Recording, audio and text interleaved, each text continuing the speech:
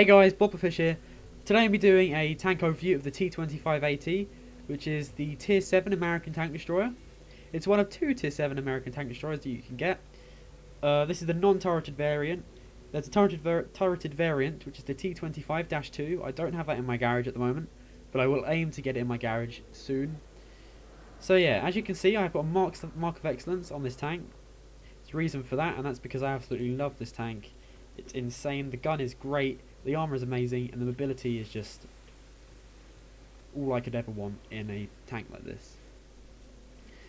So yeah, let's go on to the armour. At the front of this tank you have 88mm of sloped armour, which means that you're going to get a higher armour equivalent than you would if it was just flat, and I'll go into that in more depth in Tank Inspector. Again, with the side, there's not much to shoot at apart from this large area here. I'll go into that in Tank Inspector as well, which is 76mm at the side, sorry. And at the rear it's 38mm, and I'll go into that in Tank Inspector too, just because I can. The mobility of the tank then. So this engine has 704 horsepower and weighs 39.45 tons. This means it has a power to weight ratio of around about 18 horsepower for a ton, which gives it the insane top speed of 54 kilometers an hour, and a traverse speed of 30 degrees a second. This is seriously all I could ever need in a tank like this, with the armour it's got and the gun. It's pretty good. Also with the armour, there's a really good gun mantle here.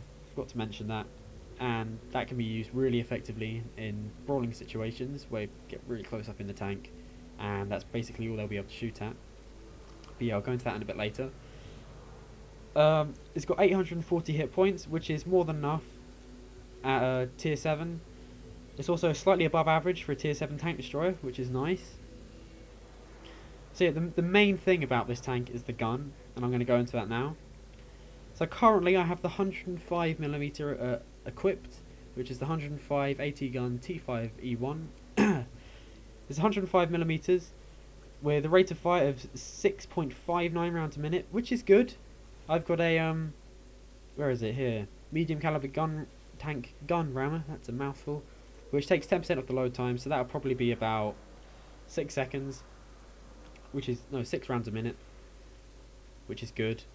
I think it'd be 6 rounds a minute, probably around that. So yeah, it's got an average penetration with AP of 198mm, which is pretty good, and with AP 245, HE 53.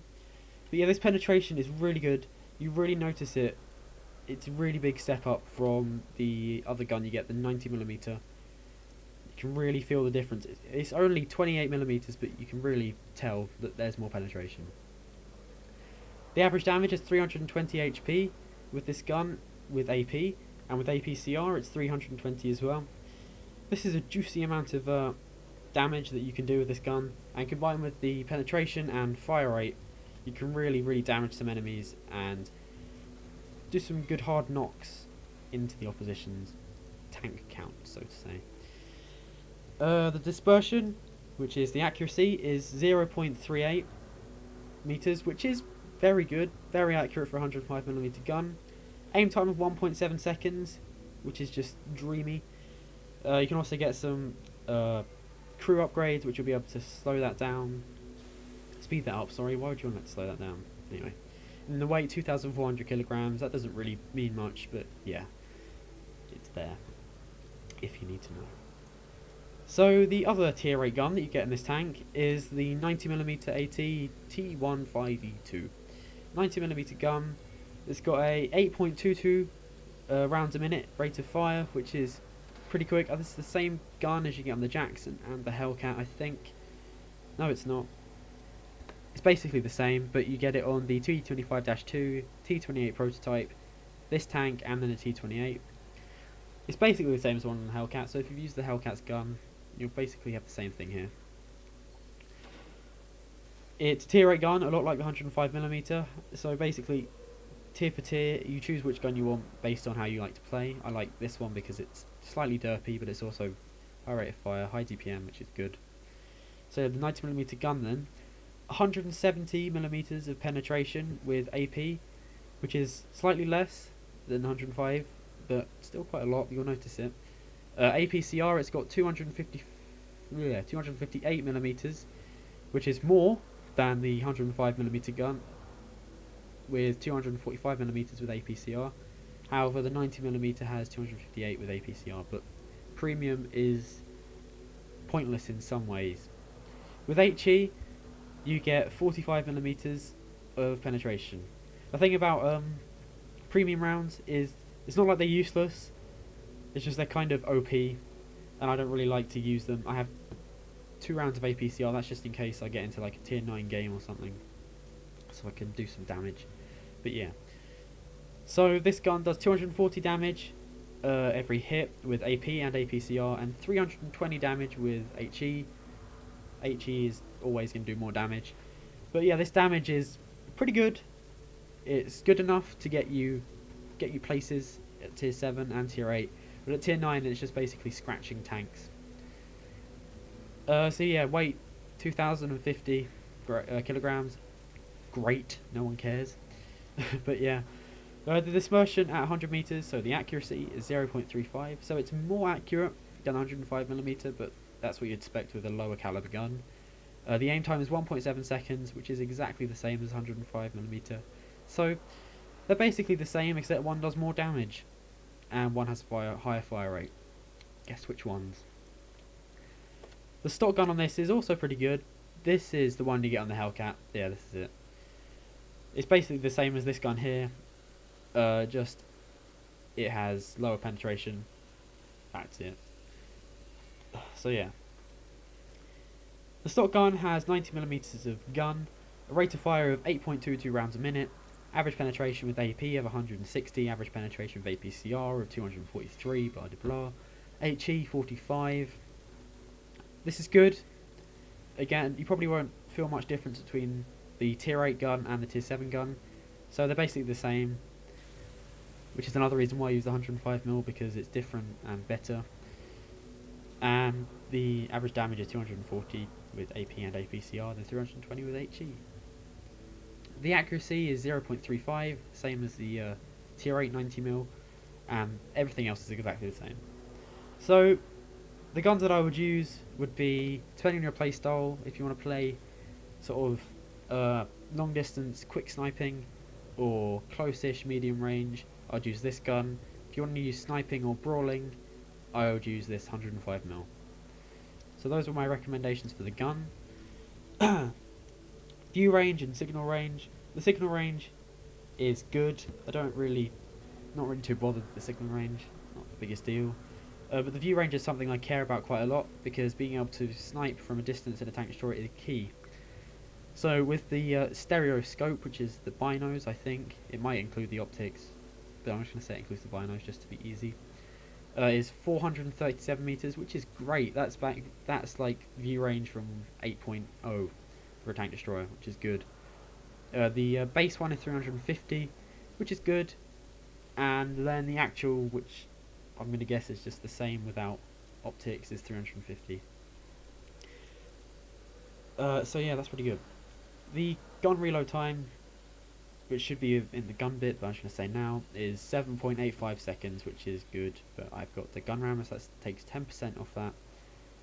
So that's about 6.9 seconds for a reload, or something around that, unless that includes my gun rammer that I've got now. I don't know, it's so confusing. But okay, let's just say yes, that's what it is. That's pretty good then. So, the T25 AT is overall a pretty good tank. The consumables I'd have is just the normal repair kit, medikit, and fire extinguisher. This is the armor, not the armor, the ammo loadout I have. I have binos, camo net, and gun rammer to make sure that I can get into good places for sniping. And then this is my crew. You can probably pause the video and just look at these. You probably know what all these mean. That's Sixth Sense, designated target, clutch braking, and camouflage. So yeah, that's an overview of the T25 AT. I'm now going to go into Tank Inspector and do a quick look at the armour. And then we can look at a replay of this tank, and I can show you some of its characteristics. So I'll see you then. Hey guys, I'm back. So yeah, this is the T25 AT in the tank inspector view. From the start, we can just initially see there's this massive gun mantlet, which means that it's going to be the strongest point on the front of the tank, like most gun mantlets are. Also, we can see the weakest points are probably going to be this cupola here and this viewport here. These are probably not going to be hit much because they're small targets, but if it's a decent player and they're close up, that's probably where they're going to aim for. But yeah, let's look at the gun mantlet and the front of the tank in a detailed view. So yeah, as we can see, this gun mantlet takes up about a quarter of the front of the tank, which means that there's a quarter of the tank at the front that is going to be hit 1 out of 4 times, basically. So yeah, let's have a look at it. It's got 105mm just above the gun, but as you go further up, you can see that it just turns into an auto ricochet area, and the armor just gets thicker. Under the gun, the armor is around about 200mm, which is insane. You're not going to be able to penetrate that if you're any other tank at tier 7, maybe even tier 8. But tier 9s, they'll be able to penetrate this if they have a good enough gun. If they're a medium tank, maybe. If they're a heavy tank, yes. If they're a tank destroyer, of course. Unless they hit an auto ricochet spot, then they'll ricochet. To the side of the gun mantlet, we have these little mini areas of high armor, which are 310mm to around about 250, and then there's just the auto ricochet area around here. The gun itself is, I'd say, about 70mm, 129mm for the gun, but you're very rarely going to have your gun hit, and if you do, it's just going to do modular damage to the gun, not to your tank, probably. The lower mantlet of this is 94mm, which is good for tier 7, that's all you really need. And on the side, it's got these little winglets here. These are auto ricochet areas. However, if you get it right here, you're going to get a 160mm armor equivalent. So let's go to the side of this tank now. As you can see, the armor seems to be a lot less thick here, behind this large area. And actually, there are these tracks that are taking up a lot of the side space of the tank, which means that if you get a hit in here, if they penetrate your tracks, you're going to damage your tracks. Probably not going to do much damage to your tank. But if they penetrate anywhere above, they're going to damage your tank. So as you can see, the strongest bits are the gun mantlet at the front, which you're not going to penetrate at all. Here, which is 105mm, is probably one of the weaker areas of this front half. Here, this large flat area on the side, which looks like this area here, 70mm, 76mm. This is quite thin. You're probably going to be penetrated by any tank at tier 7 and tier 6 as well. This lower bit here, 64mm, is just getting a bit thinner. Again, you're going to be penetrated by basically any tank at tier 6, 7, 8, 9, whatever tier you're in. Here you got even thinner, 51, probably goes down to around about 49, no, 51 steadily all the way along. Which is, again, you're going to be penetrated by the tanks I said before, of what tiers. And then there's a little patch here at the back, which is 39mm, probably around 40. And then there's this little green patch here. You're not going to get it hit, but if you do, you're so lucky because it's an auto ricochet. Moving on to the back of the tank, we can see that there's loads of thin armour here. This is 38mm, you're going to be penetrated easily. However, here there's an auto ricochet spot. This is quite a large spot on the back of the tank, and if you're in a brawling situation or close combat, this is probably the most likely area to be hit, as it looks like this. It doesn't, just because it looks like that doesn't mean it's going to be hit the most, it's just because that's what it looks like. That made sense in my head. But yeah, this area here, 38mm, the same as this bit. Then you got the cupola, which is 85, strongest part I think on this bit of the tank, and then these side areas which are auto ricochets. Technically these are the strongest, but the actual ones with armor equivalent values are just here. So yeah, that's a tank inspector overview of the T25 AT. I'm now going to go into a replay of me playing this tank on one of the maps in Modern Tanks. Obviously it's one of the Asian ones. I like the Asian maps for some reason. And yeah, so I'll go into that now. Bye. Hey guys, I'm back. So this is the replay I'm going to be showing you.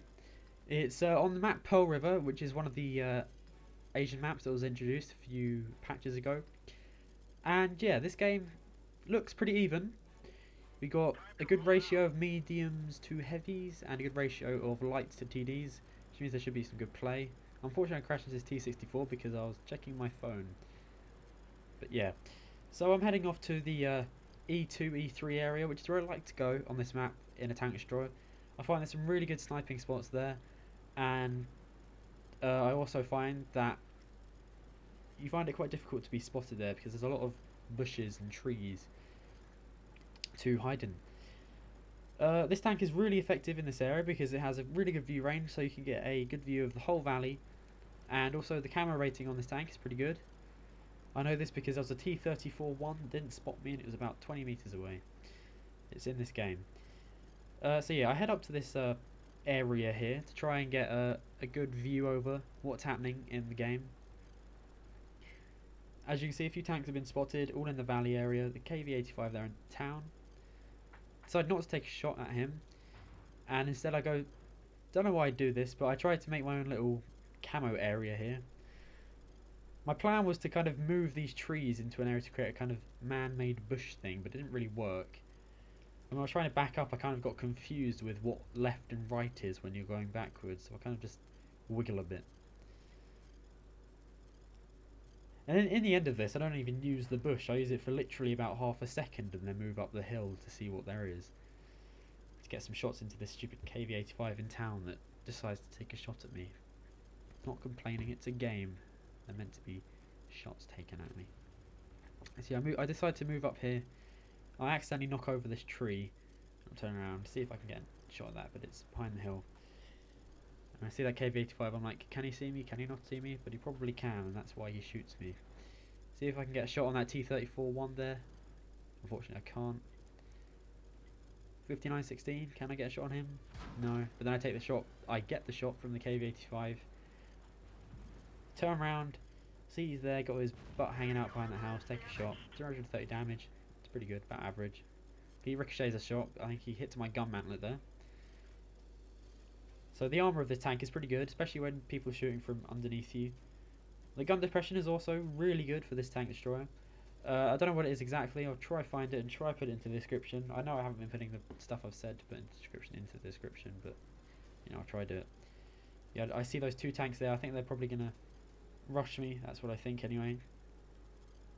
So I turn around, get my gun facing that way, see if I can get a shot onto the T34-1. Gun depression just isn't treating me right. Can I get a shot? Oh, I donked the shot, I miss it. Got 59-16 there, taking shots at me. He's ricocheting, can't penetrate my armour. I ricochet off the T34-1 there, it's really unfortunate.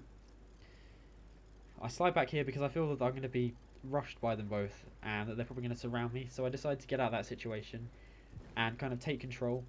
Just missed artillery there, I think, which was lucky. See, I'm going up this hill, I'm going to see if I can get a shot into a T34-1. But he isn't there, so I'm kind of questioning where he could be. He's not there, he's disappeared, he's done a magic man. So yeah, this 59-16 comes up behind me, takes a shot, tracks me. Oh, I tried to take a shot, but I hit the floor. So I decide, using the mobility of this tank and the speed, I know that the 59-16 is a quick tank, but also know that I'm a quick tank. So I decide to go after him. The speed of this tank and the agility and the mobility is just really, really insane. Take a quick snapshot, get the shot in. So we play like a little game of chicken here, because I know that if I go up that hill, he's going to go around behind me and start shooting me in the bum. But he knows that I could always just go up here, slide back and take a shot at him and kill him. So I kind of tried to juke him out, tried to make him come out of his little hidey rock. Luckily he does so. I turn around just in time, he ricochets his shot, snapshot, and he's dead. That was a good piece of play. So yeah, it's now just me and a tiger. If you've been paying attention to the team list, you could just see that they were just dripping down. And yeah, so as you can see, there's two heavy tanks and one medium. There's the medium, the T34-1. This is when the brawling situation play comes in. You see, I rammed him there. The only thing he can really shoot at is my tank gun mantle it. As you can see, ricochets. I get the shot, somehow set him on fire from the front, but that was lucky. I would have been goner there. So now it's me, the Tiger 1, a Crusader SP on the other team, ARL on the other team, and M44 on the other team. I take an unlucky shot from the artillery there. Don't have any repair kit on me because I've used it up already to repair my chack against a 5916, but luckily I repair it just in time to get away from the RT. You probably can't hear this over the video, but around about now there's this big bang behind me, and that's the artillery taking a pot shot. I would have been dead there. So here I'm just kind of wondering, where would the Aero 44 be? He hasn't been spotted yet, and I don't know where he could be. I don't really play heavy tanks much, so I don't really know 100% where he could be. So I kind of decide to go over there, then I realise the Tiger 1's going up that side, so either going for the artillery or going for a search for the Aero 44. So I take the risk and guess that he's going for the Aero 44. He meets the M44, and I think he takes him out. Well, he should do, because it's RT, and they're easy to kill, because they're just little koalas. Koalas have chlamydia, if you didn't know that. See, I asked the team, where will the aerial be? See the Crusader SP there. Take a shot, goes in. Can I get another shot off before he unspots? Can I? Yeah, I got the kill. So now it's just the Aero 44, which has been spotted now. Tiger 1 versus the Aero. I'm seeing if I can get a shot on using the little mouse jiggle to see if there's any shots I can get. Zoom out, kind of realise that he's behind a hill. Unless I have like extreme APCR, I won't be able to penetrate him or even get a shot at him. So the Tiger 1 seems to just take that Aero 44 apart and takes him out. So yeah, overall that was a pretty good game. Not my best game in T25 AT, but it's what I could find. So I hope you enjoyed it. And now I'm going to go into the post-game stats. So this is the battle report screen. As you can see, I got a second class mastery badge. This is okay. Arsonist. Damaged a few tanks, not many, but I did quite a lot of damage. Got some credits, got some experience, got some good stuff. But yeah, this is the other thing, the team report. As you can see, I came second, 1,898 damage, 3 kills, 790 experience. Tiger 1 actually had a really good game, well done him. As you can see, how much did I block? 985, which is pretty good. I got from distance of 350, 350, oh, distance of 300 meters, 350. So this has been Blobberfish, and thank you for watching. Subscribe and like, and I'll see you soon.